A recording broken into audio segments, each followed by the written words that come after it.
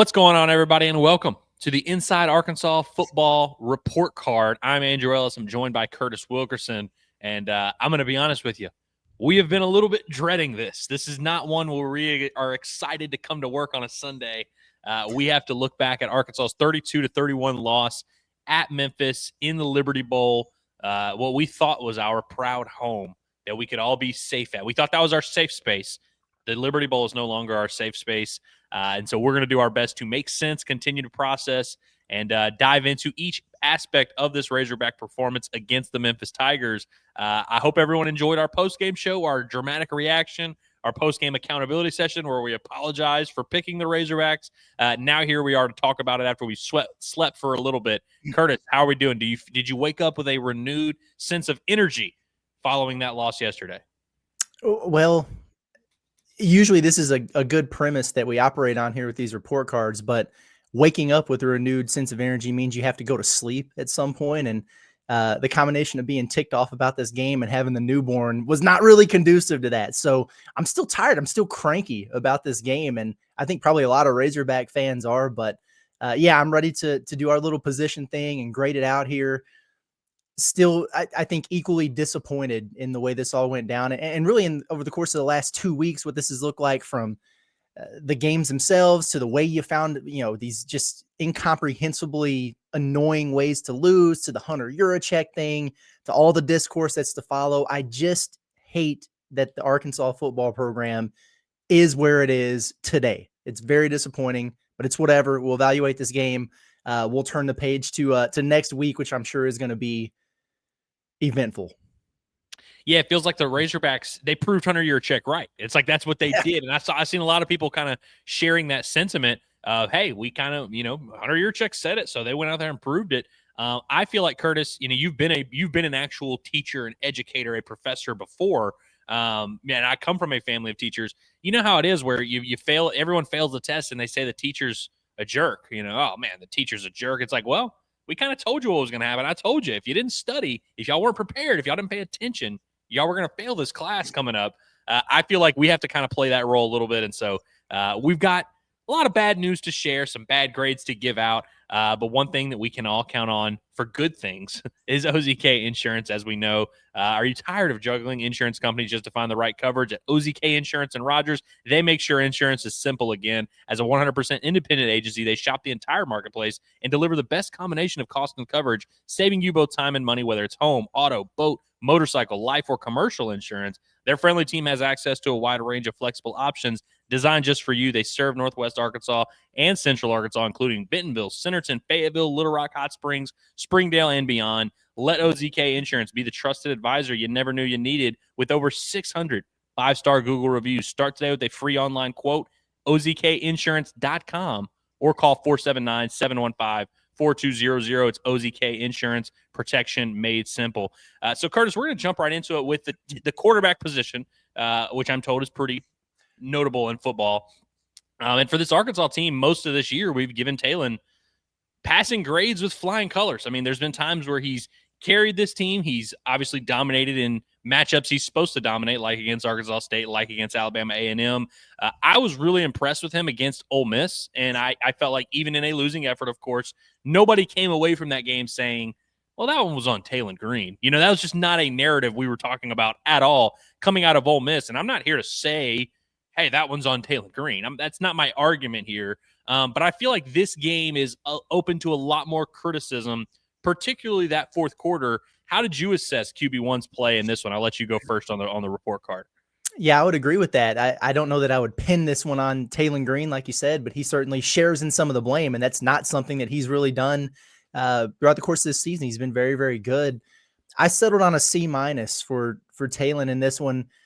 The raw numbers are crazy and they can't be ignored. So to me, it kind of sets a high floor when you're grading him. Like, I mean, 18 of 34. So he's only 53% completions. And that's quite a bit lower than what he has been throughout the course of this year, whatever. But he still threw for 325. He wound up running for 53, didn't do as much with his legs as he has in past games. But when you do that, it's hard for me to look at it and go, oh, he stunk. He gets a D, he gets an F, whatever. So, I started there with the C range as my floor, but honestly, This is a tricky one, man, because Talen's the only reason you haven't been getting your ass kicked the last 2 weeks. But at the same time, boy, just two brutal interceptions from Talen. The one that he threw early in the game, just not a good throw, not a good decision, bad ball. But boy, there late in the game, very bad decision and bad throw that he made on the ball that got picked off as they were driving, which honestly, he tried to throw it multiple times in that possession earlier. It was almost like he was hell-bent on throwing an interception there. Well, he did, and they wound up getting him there. That's brutal. He took a really, really bad sack late that cost you a field goal. It knocked you out of field goal range, and those 3 points would have proved to be very important. I know somebody kind of went untouched there, but with his escapability and everything, the last thing you can do is run 8 yards backwards and you get sacked. That can't happen in those situations. So, like I said, he didn't use his legs as he has in other games this season for whatever reason. Sam Pittman told us to ask him about it. He didn't have an answer, which is par for the course with him. My thought process is you can't be a quarterback who's sneaking into Heisman discussions or whatever, and then make these types of decisions or mistakes in big, critical, key moments against G5 opponents. And I think he's better than that. And so I grade these things on a scale, by the way. It's like my grade isn't, if I give Taylen Green a C- and I give, I don't know, the offensive line a B or whatever, I'm not saying, oh yeah, well, the offensive line was better than Taylen Green. No, I grade him on his own scale based on what our expectations are for him, what we've seen, what the matchups look like. And this is against a lesser opponent. No disrespect to Memphis. They're good for their level. I understand that. But compared to what you're going to be seeing, compared to Ole Miss, and he had a lesser performance. Therefore, I give him a lesser grade of a C-. It's where I fall at with Taylen. Yeah, I think I fall in the exact same range. I think C- is that's the exact grade I'm going with. Now, if you look at Talen's grade again, overall, 18 of 34, 325 yards, runs the ball for 53 yards. And the thing about Arkansas's offense is that it is completely and wholly dependent on Taylen Green. Like there's no secret about that. Like, I mean, if you sub him out for just a normal any other quarterback, there's maybe Arkansas is not even in this game. I can hear that argument 100%. And so it's not like it's all bad that we're just ragging on the guy. But like you said, there's an expectation whenever you play at the level he's been playing at, and you're a senior in year 2 of Bobby, and we have all these expectations for you. We're going to hold you to that standard. And so part of this grade is us holding him to that standard. And frankly, to your point, we had that narrative coming in of like, if you've got Taylen Green, you shouldn't lose this game. Like, you should not lose to Memphis. You should be able to score at will. And any type of concern we had coming into this matchup, whether that was with the defense, the run game, or just what was going to happen, you never had to question if Arkansas was going to be able to score at will. And in the fourth quarter, the offense went completely stagnant. Taylen Green in the fourth quarter, 5 for 9, 37 yards, 0 touchdowns, 1 interception. And now, Curtis, let me ask you this, because I think we're aligned in how we view the performance. Did you make anything of the fact that Arkansas basically took the game out of Taylen Green's hands down the stretch, and it seemed like that was going to work? I mean, they took a long time to try and establish the run, and they effectively did for a while there with Mike Washington before, of course, the fumble that wound up being the end of the road for Arkansas. Do you think there was any relation to that? Because I got to be honest with you, Curtis, and I hadn't really thought about this until this morning, but like, Taylen, there's no doubt about it. When the game started getting close and the game started getting on the line, Taylen looked a little bit antsy. Looked a little, I don't know, I don't want to use the word rattled, but you could tell he felt the weight of, I have to carry this team. I have to make a play. And you mentioned him being hell-bent on throwing an interception. It almost seemed like he was trying to will things into existence. Do you think that had any bearing on why Arkansas randomly decided to start running the ball in the fourth quarter?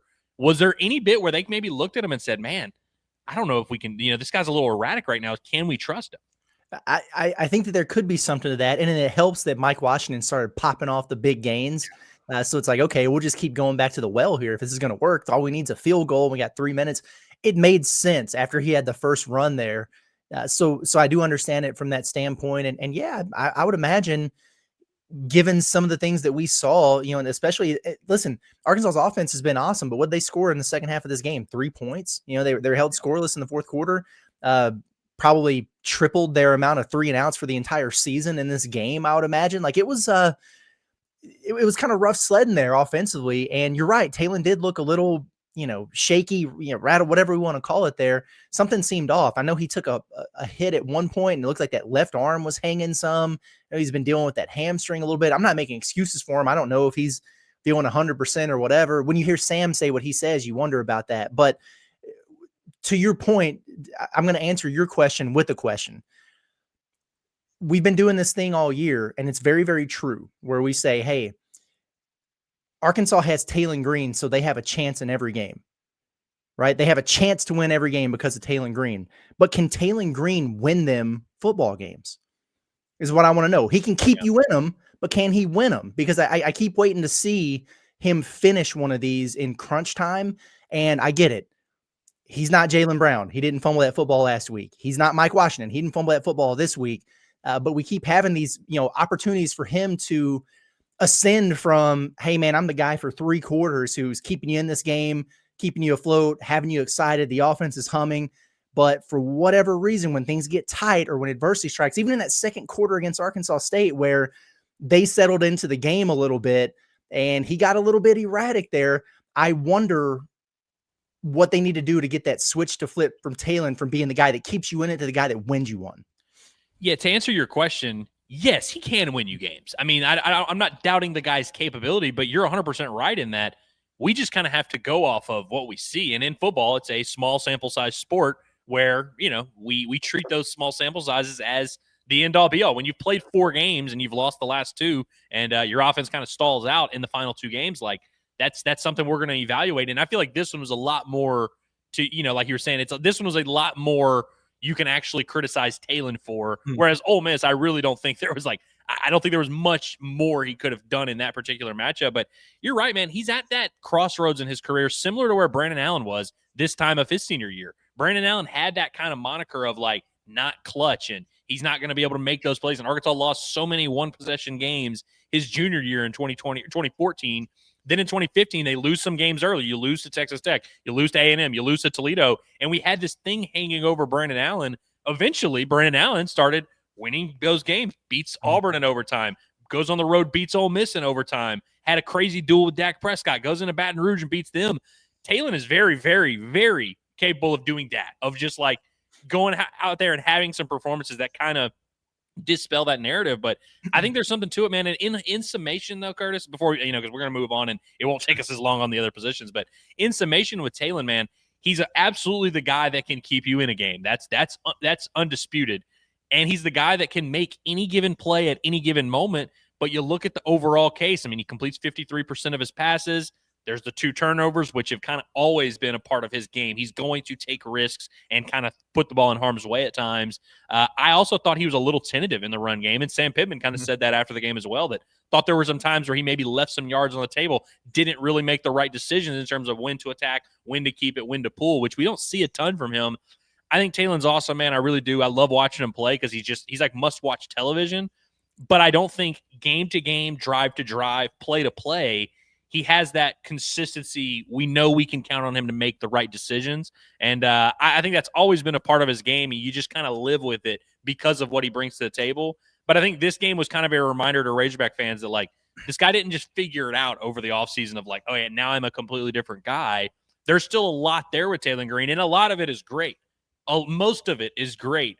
But, I think there's definitely some maturity there of hey, you have to, when these games happen, you have to kind of be a steady, consistent force. And we just have not seen that. We've seen him make all kinds of plays against the best and worst defenses we've ever seen.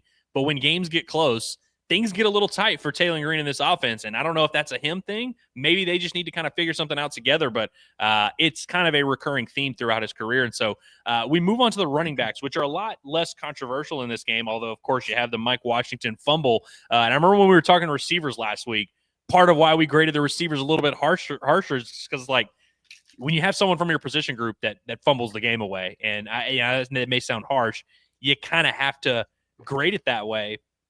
Outside of the fumble, outside of the game-losing fumble, Curtis, Mike Washington, 15 carries for 70 yards. Braylon Russell, 4 for 47, and then did not touch the ball in the second half. I thought Braylon Russell was awesome. If I were just grading Braylon Russell's performance by himself, I would grade it very high, maybe even an A. I thought he was awesome. Had a touchdown, ran the ball, ran hard, looked explosive. And Mike Washington, of course, showed some promise there on that final drive. I don't know how I go higher than C, given that they weren't a big part of the game. And by the way, the coaching staff is to blame for their grade being this low.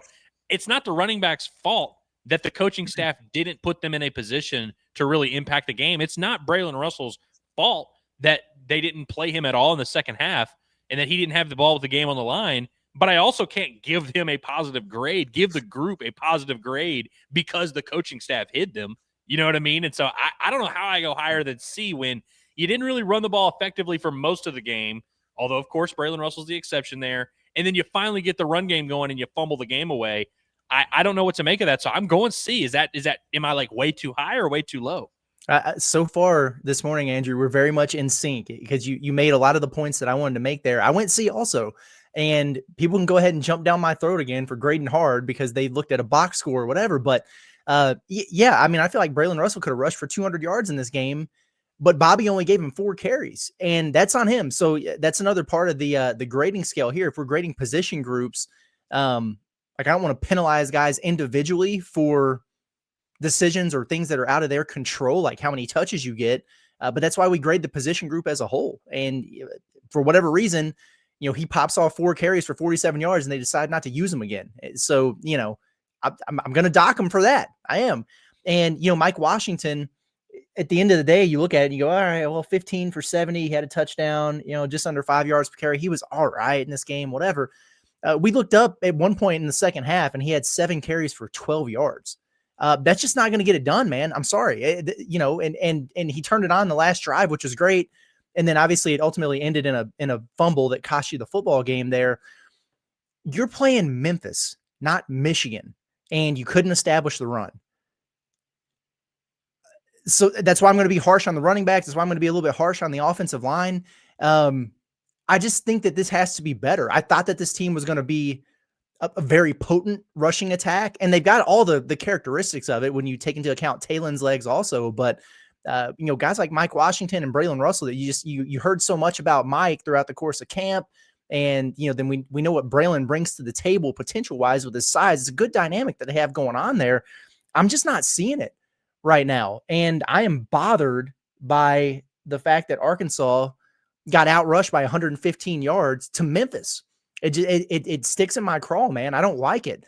And I am bothered by Mike Washington getting met in the backfield every touch he got until the final drive of the game. I am bothered by Braylon Russell popping off 12 yards a carry and then him not getting the damn ball in the second half. Like, none of that makes me happy. And not all of it is on the running back specifically, but this has to get better because right now, and you brought it up a few days ago and you're 100% right. This is an offense that they pass to set up the run. And it's not balanced as we thought it would be. And it's very, very much, overly dependent on Taylon Green to just be a playmaker in every aspect of the offense there. It works for certain stretches and it can yield some positive results, but how sustainable is this? How sustainable is it when you can't line up, run between the tackles and keep the sticks moving? When you have a lead in a game and you need to burn some clock, I just think that this has to be better, and I haven't been impressed with what I've seen so far, and I've let it go because they've been winning games. They've been putting up 800 yards of offense or whatever, but now that you go to Memphis and you get your ass kicked, I'm going to be a little bit more nitpicky about it. I love that, man. But before we move on to receivers, we want to offer another disclaimer that we are not saying Braylon Russell was not awesome. We get it. We just can't give the running backs a positive grade because Braylon Russell would have been great if they had kept giving him the ball, because I agree with that. But it's like, I'm with you that it's like I don't know what to do with that. And so when the game plays out the way it does, we just kind of have to evaluate what we see. And if anybody listens to what we just said and they think that we're being critical of Braylon Russell, they're not listening. They're just looking for a reason to bitch. Yeah. Well, moving on to the receivers, which, if for those that listen, we lump tight ends and receivers together. And I know some people hate that. Some people don't care. Most people don't care, I would say, nor should they. The reason we did that, Curtis, is because we always kind of felt like, well, tight ends, it's like, what are we really going to evaluate? A lot of times they're not super involved in the game. It's getting harder and harder to lump these two things together because the tight ends are starting to become their own separate thing, a very positive thing, I might add. If we were going to do a positive grade for this game, a really positive one, it probably would come from the tight ends. They were awesome. I mean, Rohan Jones has 102 yards receiving. He has a rushing touchdown in there. He had 2 touchdowns in this game. Jaden Platt should have had a touchdown or almost had a touchdown. He looked awesome as well. Like, I was really impressed with the tight ends. I think they finally have like kind of found something there, something that they can build on. And I want to talk about Arkansas's offensive identity in a second when we get to the offensive line. I think the tight ends are kind of becoming part of that identity of like, hey, we can make these plays and these are things we can count on. Another thing that's been a part of Arkansas's identity, Omega Blake, 6 catches for 60 yards, did have a drop that would have been a touchdown, which was a nice play by the defensive back as well. Outside of that, man, it's actually like crazy how consistent the production is of just like a solid Raylan Sharp, CJ Brown, and Jalen Brown are always good for 20 to 30 yards, 2 catches, maybe 3, like just always right there in that same range. They do about the same thing today. In this matchup, Curtis, I'm going with a C plus, and I know that maybe that sounds weird. Maybe it should be higher. I don't know. You can argue with me however you want. The offense had 500 yards, and so I can't just come and give every position group Fs. I'm also not going to give like crazy good grades for anybody, of course. Omega Blake has the huge drop that I feel like could have changed things. If he catches that pass, he has like 95 yards and a touchdown or whatever. Maybe I'm thinking good things, and maybe they win the game. Who knows? Given the tight ends and how good they are, they're carrying a lot of that plus. I thought everyone else was just kind of fine, like what they normally are, like just kind of what you expect from Omega Blake, what you expect from CJ Brown, Raylan Sharp, all those guys. So I'm going C plus because of the tight ends. They are the plus there. What say you? Yeah, that's fine. I can get on board with that. I think, yeah, they had 500 yards. You know what Arkansas did last year? They got a lot of yards and they didn't score a lot of points. And they scored 3 points in the second half of this game. You mentioned the drop. Do we call that a drop with Omega? Like, I know the dude got his hand in there after he. It was a nice play. The guy came around and punched it out. Yeah, when they were showing the replay, Curtis, I actually thought there was a case to be made. It wouldn't have been this way, that he caught the ball, took the steps, and then got hit. It wouldn't have held up in court. But like I thought he had it for a split second there. Mm-hmm. I don't know if you can call it a drop. Maybe not. Yeah, no, I feel you. I feel you for sure. Omega also got tagged with that holding penalty that negated a long run from Taylon Green. It was holding. I'm sorry. It just was like that. Yeah. There was some hand fighting there or whatever. Maybe you could have thrown a flag on the defender earlier before that. But as he was trying to disengage, Omega held him and he's the one that got caught. What was tough about that one is because I agree that like Omega held once the play played out and Taylon took off and then he holds him. And that's where that's the penalty that got thrown. If Taylon had thrown the ball at Omega Blake, exactly, he would have gotten the defensive, like it would have been a defensive hold and you would have been fine, but he didn't throw the ball. And so it's like kind of and obviously like I think he made the right decision to not throw the ball. That's where it's kind of a weird thing. And I know you can call defensive holding in the run game and all that, but like once he took off, they were not going to call obviously pass interference because there was no pass. And I think they kind of stopped looking at it and then it became an offensive hold. That was a tough break, but yeah, he was playing the game. It almost it's almost like the unsportsmanlike conducts where they always catch the guy who retaliates, you know, and like slaps back or whatever. That's how I felt about that when it was like, man, if he got flagged for that, what about the 5 seconds before it? Yeah, but did he do what he was flagged for? You know, they said he did. Yeah, he did. So, but yeah, I thought the tight ends were awesome. Rohan Jones, that was great, man. You know, the couple pass receptions there. He just, I don't know how you just don't see a guy as big as Rohan Jones just streaking down the field there in the third play of the game. But good on him for making that play. I like the little, what do we want to call that? Like a tight end sweep or something, whatever that was that he scored on a little bit later. He looked awesome there. Jaden Platt might have had my favorite play of the game where he had the catch and he stiff armed the dude. And like that was pretty sick, man. So you're right. If we were separating these, I'd be like, shoot, tight ends. Hey, brother. But yeah, I'm on the C plus range too. Omega just continues to be consistent. The other guys, not bad. I don't think Arkansas had a drop. They are consistent because they have the same production every week. Exactly. Yeah. Besides whatever we want to call Omega's thing there, but it's not like you have a situation of the Tyrone Brodens or whatever, where, you know, guys just getting hit in the hands and they can't make a play, or that guys aren't getting separation or whatever. I mean, you know, guys are getting open and everything. They're getting targeted. Yeah, CJ had 3 targets. Raylan had 3 targets. Jalen Brown was targeted 5 times. He only had 1 reception, but it was a long one there. I would like to see Arkansas have multiple guys who are capable of doing, you know, the 6 reception for 75 yards thing, like a Batman or excuse me, a Robin to Omega Blake's Batman. Maybe that'll come, whatever. Hey, in this game, it was Rohan Jones. So, you know, that works too, especially when he is your like pretty much specific tight end pass catcher of the group there. So yeah, C+, like I thought it was fine. I'm not too worried about it. Yeah, I don't really have anything else to say. I was looking at it because here's the thing. Jesse Palmer had me in a blender the entire game because if you listen to him during the broadcast, Arkansas is a college football playoff title contender. Taylon Green is better than Lamar Jackson ever was. Fernando Carmona is the number one overall pick in the 2026 NFL draft. Like all the things he was saying there, I was like, good grief.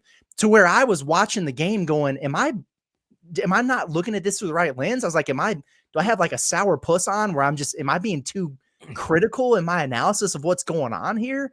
It was crazy to me. And so that kind of throws me off when I'm thinking about some of these things because they were talking about just how dynamic everything was with Arkansas. And boy, they went out and got all these guys out of the transfer portal. Look at that CJ Brown. I'm like, he didn't even come out of the portal. What the hell are you talking about? But he threw me off in this game to the point where I was going through and kind of putting my grades together, my notes before this. And I was like, I feel this way, but should I feel this way based on what the broadcast was saying? Am I being crazy here? So we're in a tough spot with this one because, you know, we obviously can't give out A's and B's, you know what I mean? Because it's just Memphis, you're not getting A's and B's. The offense isn't necessarily the one we're really mad at, you know, and we are mad at some things, but it's like, we're kind of like in a tough spot here with the offense where it's like, can you really reward them that much? But no, I'm with you on Jesse Palmer. By the way, this is a perfect segue to the offensive lineman. He mentioned Fernando Carmona, and like, I hate that we have to do this because like, we love Fernando Carmona. He's a stud. He's a fun person. Like personality wise, I know he had the issue in the bowl game last year, his last trip to the Liberty Bowl. The dude's a stand-up guy. Like he has made a great impression on everybody, and he's a good football player. Like no doubt about it. Jesse Palmer said he's the best offensive lineman he's evaluated on film this year. I don't know how many offensive linemen. Maybe he's only evaluated a few. Fernando Carmona is not even Arkansas's best offensive lineman.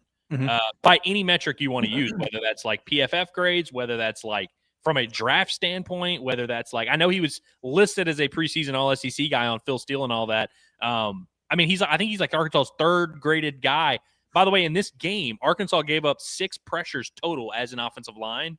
3 of them were Fernando Carmona. 2 of them were Caden Kittler. 1 of them, I believe, was a Marion Harris. Now, again, not saying he's bad, but it's like, I don't know where he got that notion that like Fernando Carmona, and by the way, like they were like, yeah, he's playing his more natural position, guard, and I'm like, maybe that's his more natural position, but like I don't know. I thought it was very interesting, and it's like kind of one of those things where, you know, if your buddy's like hyping you up, and he's like saying all these things, and he's like, yeah, this guy can cure cancer, and you're like, I don't know if I can cure cancer, man. Like, come on, like, you're overselling me a little bit. I felt that way about Fernando Carmona, and I didn't like feeling that way. I don't like having to point out that, like, hey, he might not be as good as you're claiming he is. But the offensive line overall, Curtis, I think I know how you feel in terms of, because I'm with you. I've been bothered by it, but haven't been saying things about it because they've been winning for the most part and moving the ball. Arkansas does not have a consistent run game of just here's what we're going to do. Taylon can make great explosive plays. He'll probably do it every week. Mike Washington is a home run threat. Is he boom or bust? He's a little boomer bust for sure. And Braylon Russell, of course, when you get down near the goal line, he's a guy you can count on. He seems to be trending in the very positive direction, but there's not a ton of consistency in this run game that you kind of need for like what Arkansas wants to do. I feel like you have to have a baseline there with the run game, and they don't really have that. It is explosive, and for the most part, on paper, Arkansas's run game has yielded pretty good results, but there's just a physicality that's kind of missing. On the flip side of it, the pass protection continues to be like lights out. And I don't want to like, you know, I'm saying that as a positive, and I don't want to like gloss over it and say, well, they're an elite pass protection unit, but I really don't want to do that. But I don't know how I can really give a crazy positive grade in this game when you're right. Like you're playing a group of 5 opponent and you do not physically impose your will. You make a lot of plays offensively, but it's not like you were physically moving those guys off the line of scrimmage. All that to say, Curtis, I'm stuck in this CC plus range because again, 500 yards of offense, and I didn't think the offensive line got in Arkansas's way of producing any plays. In fact, the 2 interceptions that Taylon threw both came from a clean pocket. He was not pressured into making these decisions. And so you have really good pass protection, below average run blocking, which that's supported by the grades, that's supported by the eye test, that's supported by everything. All in all, Curtis, I have to go with just a straight up C. I don't know where to go with this one. I could be talked into if you say, hey man, they were great in pass pro, they should be C plus or B minus. I'm not going to argue too bad. If you say, hey man, they can't even run the ball against Memphis, they should be a D plus. I'm not going to argue you too bad either. I'm just going with a straight up C because I don't know what to do with this position group. Yeah, it's you know, we didn't talk about this beforehand. Our grades have been the same here. Sometimes I'll change mine one higher or one lower just to be a little bit different, but I landed on a C also. And you're right, because this is a tricky spot because I think we're more mad at the defense, obviously. But when I look at it and I think about the way that we grade, and I consider the opponent that you're playing, and I also consider what you've done and the precedent you set, and I feel like this may have been the worst game that the offensive line has played. That doesn't mean that they were terrible, but relative to the other games, like relative to against Ole Miss even, I thought they took a step back in this football game here. So that's kind of where I'm at with it. It's maybe the low bar performance of what's otherwise been a really, really solid showing this season. And even at that, there were still some positives. So I think if you look at it big picture here, if this is as bad as it gets, I think you're going to be okay there. Like the offensive line is improved. There's no doubt about that. So don't misconstrue what we're saying here. But I thought Taylor was getting rocked quite a bit in this game. Like he took some hits, man. And some of that's on him. I get it. But there were also some free rushers that were getting through there. Now, I don't know. I didn't go back and watch the all 22 or whatever to see if Braylon Russell missed a pickup or if it was Polsky or if it was, whoever. But I will say, if you go and look at the PFF grades, a lot of the times Taylor Green was getting put on his ass, it was because of Caden Kittler or Fernando Carmona in this one. They weren't good there. Your bell cow running back was getting hit behind the line of scrimmage every time he touched the football until the final possession of the game. Nobody was good run blocking in this game. You had a couple average grades, but nobody excelled in that. And I think that needs to be where they continue to improve. So yeah, pass blocking was fine. Maybe not quite as good as it has been in other games. Run blocking continues to be very inconsistent for them. And I just think this is not going to get any easier than what you face the rest of the year. So this is low on my list of red flags that I'm waving about this football team moving forward. Don't get me wrong, but the run game, some of these things here, my eyebrow is raised to it after you have a second half performance like this offense did. Like there's room for improvement. And I think they're going to be facing way more talented, way more physical, way more athletic defensive fronts moving forward here. So they do have some things that they have to figure out. Overall, big picture though, am I freaking out about the offensive line? Do I think they stink? Do I think it's even comparable to what we've seen the last couple years? Absolutely not. It's an improved unit. Yeah, I think that's well said in terms of like this isn't among our highest list of concerns, and we certainly aren't blaming the offensive line or the receivers for this game, but we're also not giving you cookies. You also don't get a ton of credit for other people ruining the game worse than you did. Well, we're gonna move on to the defense, but we're gonna take a quick break from the mean stuff to tell you about cool stuff.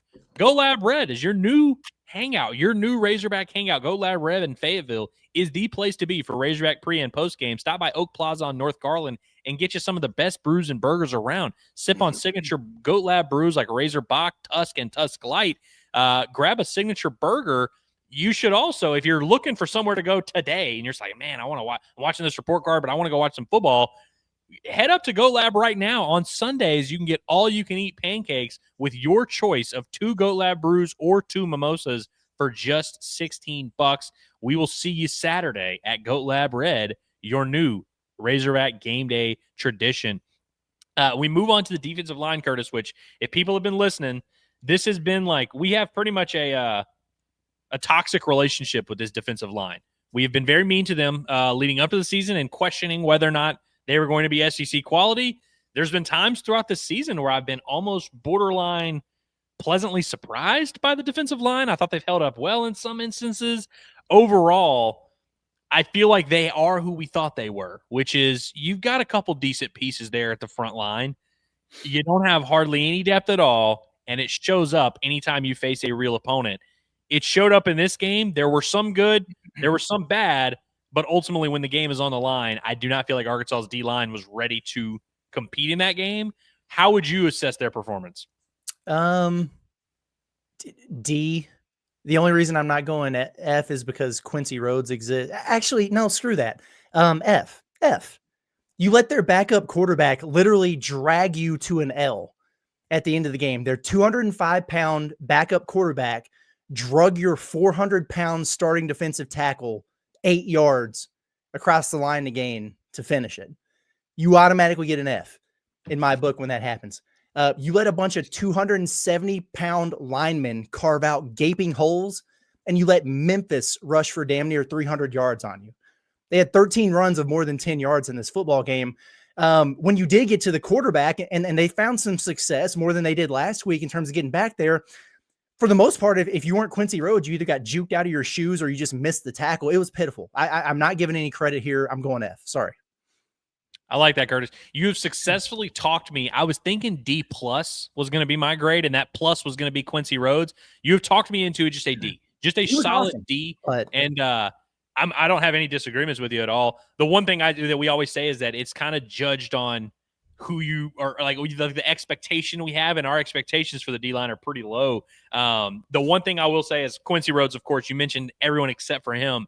He was awesome in this game. He's actually, I mean, he's having an unbelievable season, honestly. Like, he's the only bright spot, truly. Not that everyone's bad. He's the only player on that defensive line that actually is good.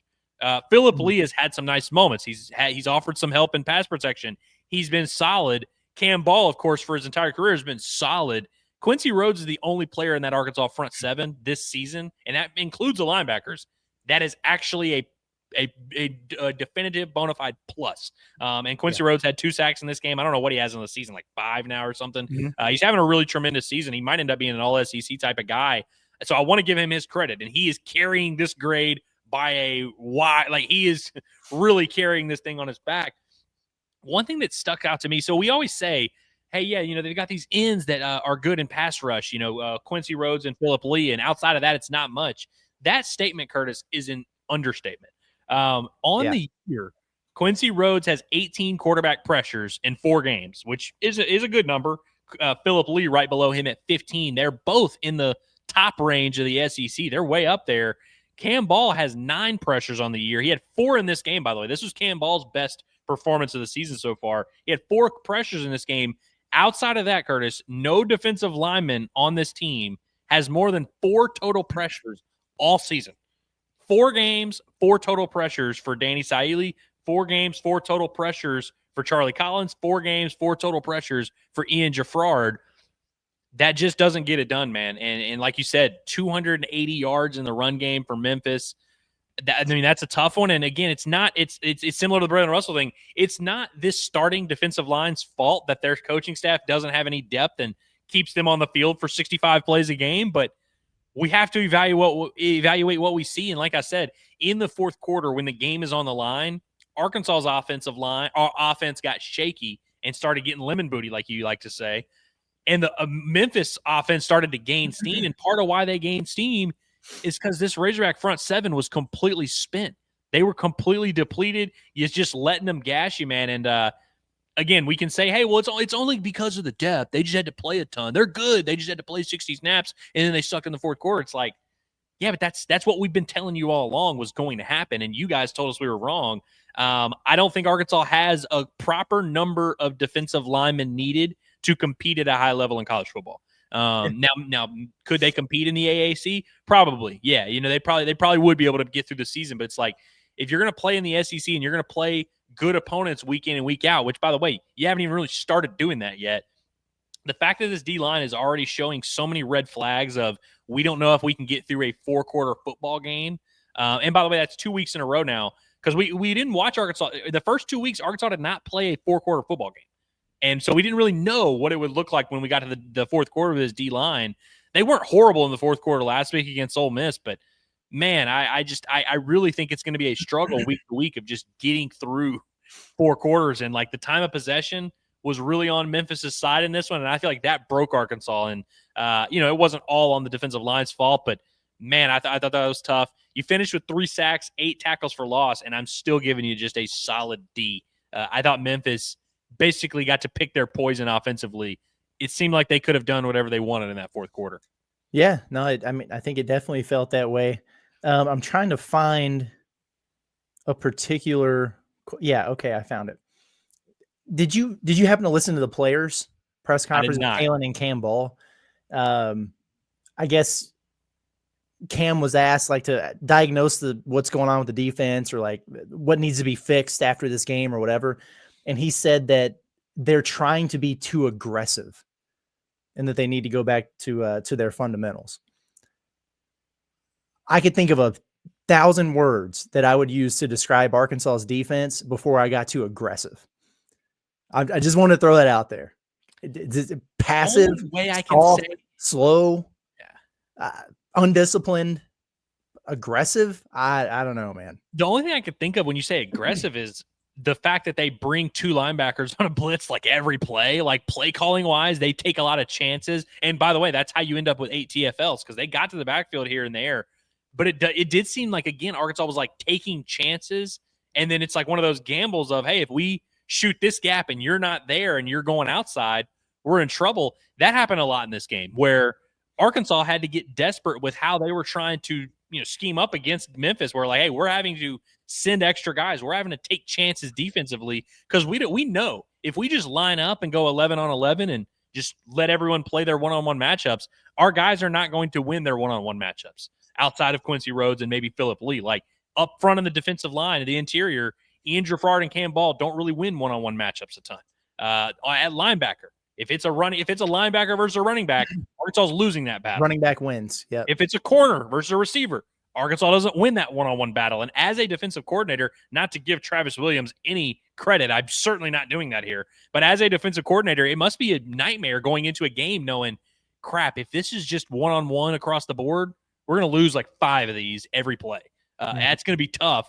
And it kind of backhand, handicaps what you can do as a defense, because it's like we can't really bring pressure because we can't guard on the back end, and we can't guard on the back end. So it's like it kind of changes what we can do up front defensively, and we don't know if we can even stop the run. And stopping the run, man, like you have to stop the run. Like that's not a like you lose football games when you can't stop teams from just lining up and turning around and just handing it 7, 6, 7, 6, 7. Oh, you rip off a 20. Oh, maybe you got behind for a loss of 1. Oh, now here's a 25-yard run. It's like Memphis just had so much consistency with what they were doing drive to drive. It felt like if there was a fifth quarter of this game, Curtis, that Arkansas was going to lose by double digits because it was trending in that direction. And that is the red flag that I just really cannot get past. And now, do you have anything else to say about the D-line? Because I want to lump the linebackers in because they are a big part of this discussion. Well, all I was going to say, and I think this could be a decent segue into it, but you know how excited we've gotten on a couple plays where, Corey Robinson, not a noted run blocker, but he's out in the second level, out in space and, making a big lead block 5-10 yards down the field. Memphis had multiple offensive linemen in the second level of Arkansas's defense, creating holes, creating bigger gaps and everything. Every play, every single play, they had that. And I was really impressed with the way that they executed there. And, the flip side of that is you're probably really concerned about the front seven for Arkansas when that kind of thing happens against a G5 opponent. Yeah, and speaking of that front seven, man, I'm going just a straight up F for the linebackers. F- if you want. I don't whatever the worst possible grade is, I'm giving them that. Whatever criteria, whether it's the what we expect of you versus what you do, that's an F. If it's just a how did you show up in this matchup, that's an F. If it's just an effort, that's an F. Tackling, that's an F. Pass coverage, they've been bad all year in that's an F. Anything, any way you want to critique this, any way you want to use, any criteria, the linebackers for me get an F. I was very disappointed. Those were the people I challenged. I challenged Xavier Story and Steven Dix before this game. Felt like, hey, against a team that we know they want to run the ball, that's all they want to do. You got to be prepared for that. I thought Arkansas's linebackers shied away from that matchup a little bit. And by the way, Travis Williams, who I wasn't defending him earlier, he is the linebackers coach. Nobody gets more blame than him for this one. Looking at the PFF grades, Xavier Story was graded out as a 41.1, which is an F. Steven Dix got a 52.7, which is actually higher than I thought. I think he ended up with 6 tackles or whatever. not great. Trent Whalen only played 4 plays, and even he got a 40.6 in this game. I will say Bradley Shaw made some good plays in this game. I like Bradley Shaw. I want to see more of him.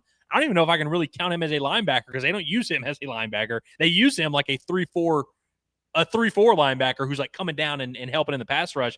He was fine. I like that. I'm encouraged by what I've seen by him in his sophomore year, but man, I'm really disappointed in these 2 senior linebackers that are like supposed to be the captains on defense. We're supposed to be kind of the answer to some of these questions because in the preseason when we would critique the defensive line, we had a lot of Razorback fans who honestly, it wasn't that crazy of an argument that were like, hey, our linebackers are really good though, so we can maybe supplement this D-line issue with these linebackers.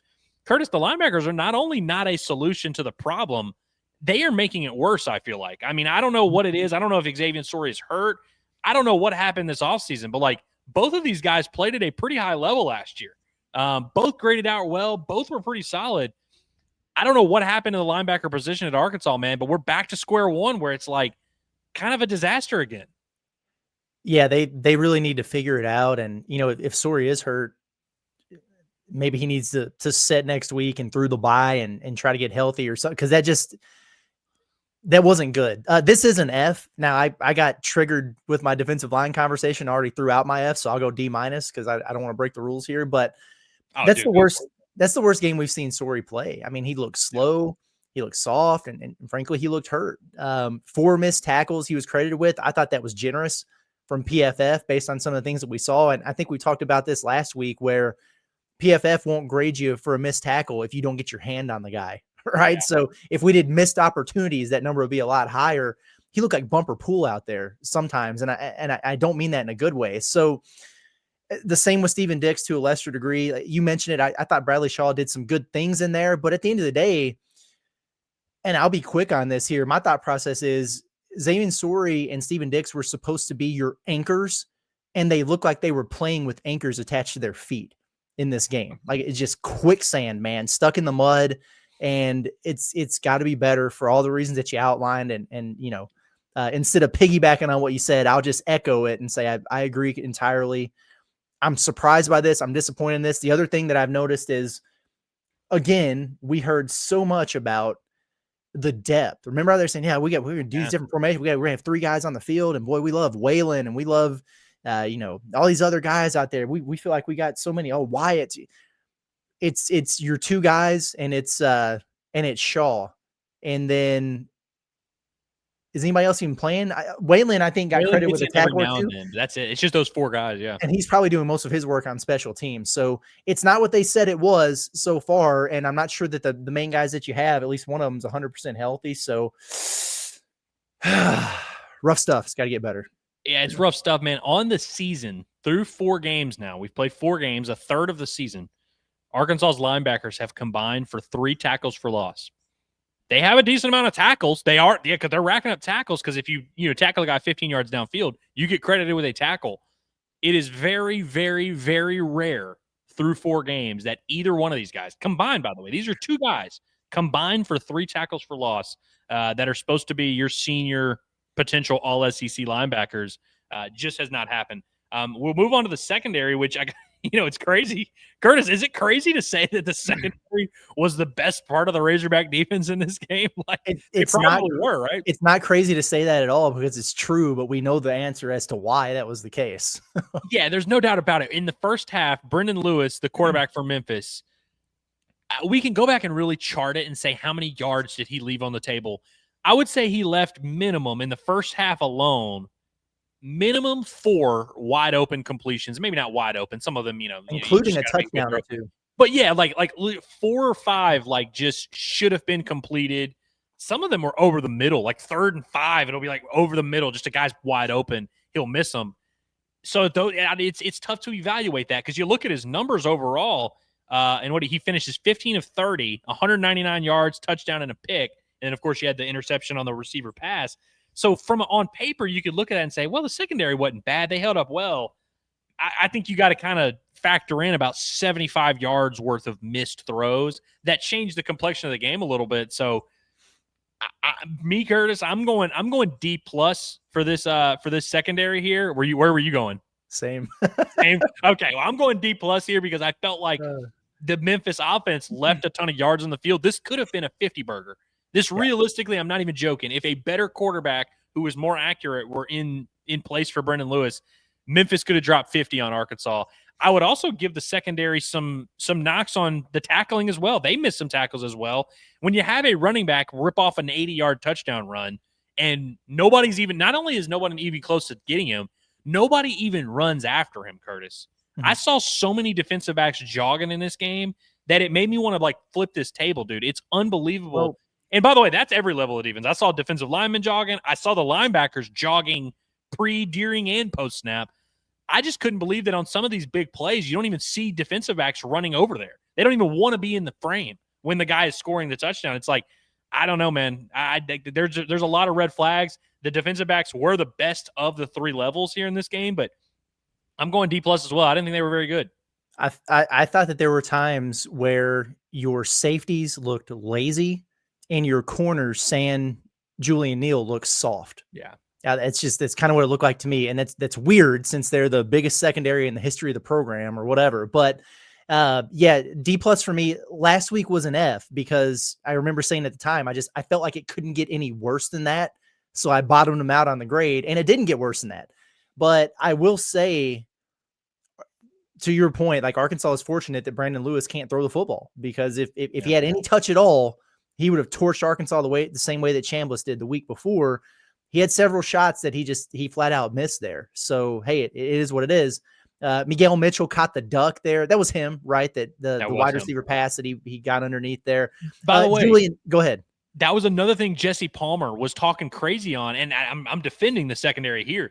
Mm-hmm. He was acting like, because it was a bad throw by the receiver, but he was like, yeah, if you get a better throw there, that's a touchdown. And I'm like, was that going to be a touchdown? Like, I thought Miguel Mitchell was actually in position. Yeah. And he ended up just getting an easy pick because of the duck. But Jesse Palmer was like, I mean, if he gets a better throw, that's a wide open touchdown. I'm like, I don't know if that's true. I didn't feel like Jesse Palmer brought his A game, just like I didn't feel he like might not have been there. He must not have been there. Maybe not. Yeah, that was crazy. But yeah, I will say I thought Julian Neal played well. He mossed the kid for that interception, which was sick. He got shoved on that. It should have been an OPI on that play there. It was good. That just sucks. So I don't ding him for giving up a touchdown there. Jaheim Singletary continues to be one of the worst corners in the SEC, and it's bothersome to me that, and hopefully Kenai Walker is healthy and back out there soon. I know he really got picked on against Ole Miss before his injury, but he's a significant step forward over what they put out there yesterday. The fact that Selman Bridges is not far enough along to where he can contribute, that Keyshawn Davila, the top ranked JUCO corner in the country, can't get in there and contribute, and that you're relegated to playing the guy who was the 5-star that hadn't panned out, that you've given opportunity after opportunity after opportunity last couple years. And there's not a whole lot of track record there that suggests he should continue to get them at this rate here. And I know guys can get better and stronger, and with experience, you become a little bit wiser out there, but didn't think it looked very good. And, you mentioned the tackling in the secondary. I thought he was one of the culprits of that. So, is it deep, that group? Maybe not. And still too many breakdowns, just letting guys get free and run wide open out there. The communication continues to be an issue. They've got a lot that they have to get figured out. They're not going to. You just hopefully, like, there's just a couple things that they can sharpen up to where you're not just completely vulnerable there on the back end. I'm going to be anxious to see what this game looks like against Notre Dame, which, I mean, if Arkansas's run defense is any indication, they'll just turn around and hand it to Jeremiah Love, and he'll hit you for 300. I think they had scored like 56 points on Purdue last night and had only thrown the football 9 times in doing that. And it was like midway through the third quarter, and I was like, geez, they're just going to hand the ball off every play. But CJ Carr's pretty talented back there. So, like, if he wants to, he could probably throw it and dice Arkansas's secondary. They've got a lot to try to figure out if they don't want to give up 70 points in this game. And it would be easy to do that. I've already seen people doing it where they're like, oh, Arkansas, they just lost this game to Memphis. It'd be a very Arkansas thing to do to turn around and beat Notre Dame. Well, it'd also be a very Arkansas thing to do to lay an egg and get your ass kicked at home. Yeah. Probably trending more towards that, but I'm going to be anxious to watch anyway. Yeah, I mean, it would. You said an Arkansas thing to do. The Arkansas thing to do would be to absolutely quit on your coach, because that's what every tenure at Arkansas ends with, is when the defense outright quits on their coach. We saw the defense outright quit on Chad Morris, as they probably should have against Western Kentucky. I remember that Memphis or that Missouri game where the defense quit on Brett Bielema. Hell, we've seen Sam Pittman's team quit on him before against Missouri a couple years ago. Like, I think that game and maybe multiple games are coming. We'll see if it's Notre Dame. We'll see if it's after the bye week. But Arkansas thing to do, quitting on their coach would be the Arkansas thing to do. And I think that's it's not even a matter of when. It's a matter of, or an if. It's a matter of when they eventually do that. You still had the coverage breakdowns. You still had the communication issues, even though they simplified things and made it simpler. I'm glad you mentioned Julian Neal, Curtis, because Julian Neal, by the way, is awesome. Like, I do love watching him play. He plays hard. He plays his ass off. Like, you don't have to wonder, does this guy try? He's the one guy in that back end that, like, I see, and he's a corner, by the way, and he's still finding the football, has a nose for the football. Will he be able to stay in front of SEC receivers?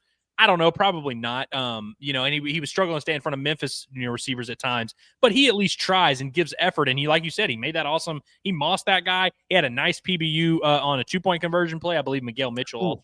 It was Mitchell Worth. One of those guys also broke up another pass on the 2-point conversion. Julian Neal's the only guy in that back end that, like, I feel like is truly trying to make plays. I feel like the safeties are fine. And Larry Worth had 9 tackles in this game. He's okay, but, like, I don't think him and Miguel Mitchell, like, make positive play. Like, I think they make tackles when guys run near them, which is, cool. You need to do that.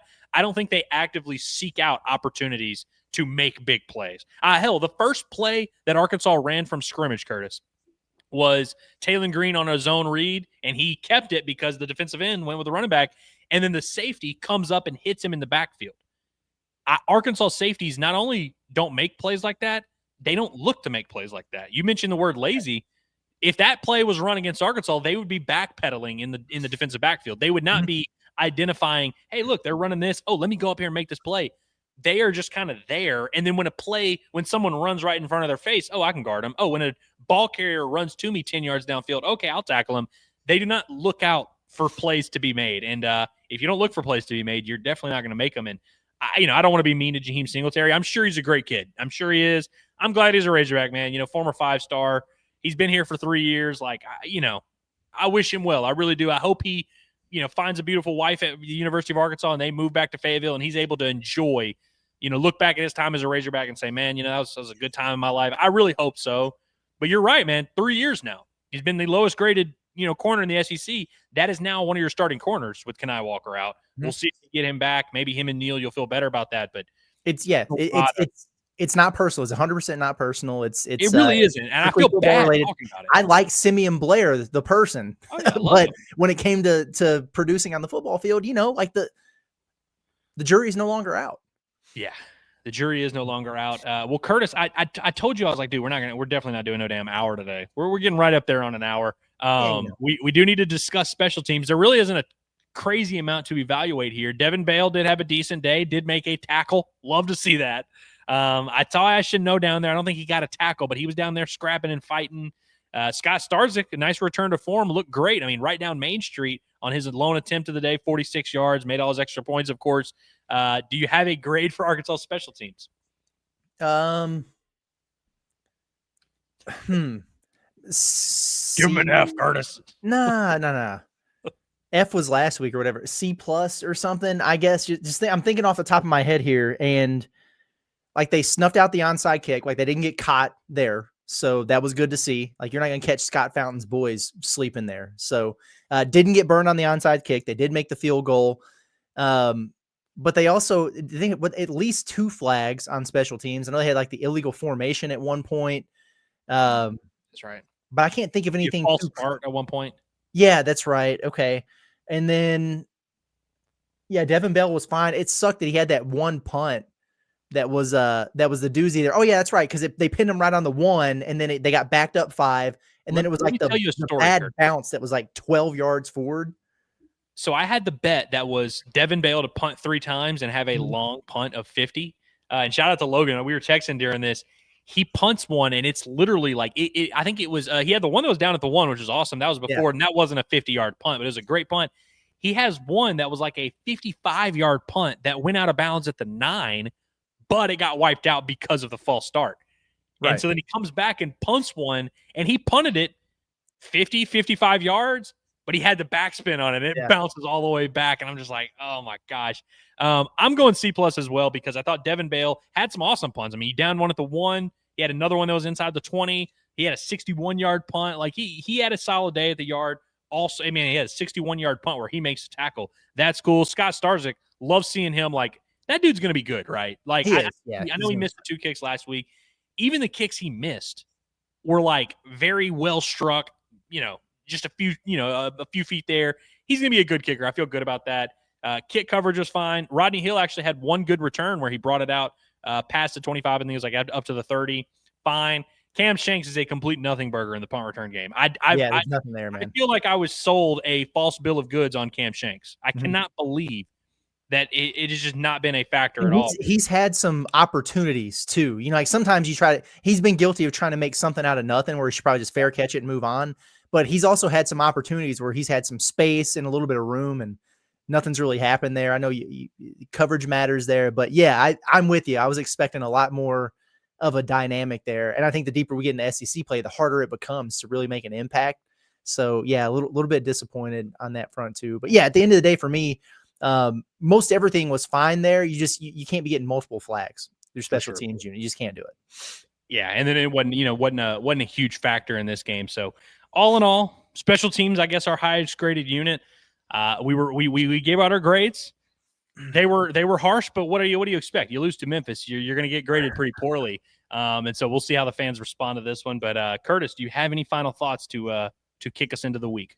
I'm glad we're done talking about this game. Me too, man. I would imagine that as we move forward to next week, Inside Arkansas Live and everything, that people are going to be far less interested in talking about the football game as they are going to be talking about more big picture stuff and where is this headed and all that. I'm not necessarily looking forward to talking about that either, but I would rather turn that corner than continue to talk about losing a football game to Memphis in the damn Liberty Bowl. So I'm happy that we did this. We're dedicated to the content. I think it was quality. I appreciate everybody for listening. I never want to talk about Arkansas losing to Memphis again. Never want to do it again. We're turning the page, and maybe the next chapter will be just as bad, but I am not happy to put this Memphis game in the rear view. So seriously appreciate everybody for listening and tuning in, as always, to all of our post-game coverage, not just this, the post-game accountability, the report card, or the post-game show. You've got the devotional, of course. I mean, just all of our content here, man. Hope you stay rocking with us at Inside Arkansas. The pigs may let you down, but we are not going to let you down, or we're going to try our best. We will be here bringing the takes, bringing the coverage, no matter what, no matter the season. And so appreciate you for tuning in. Make sure you subscribe. Make sure you give us a like, and have a great Sunday, and lick your wounds. We will see you on Monday for Inside Arkansas Live.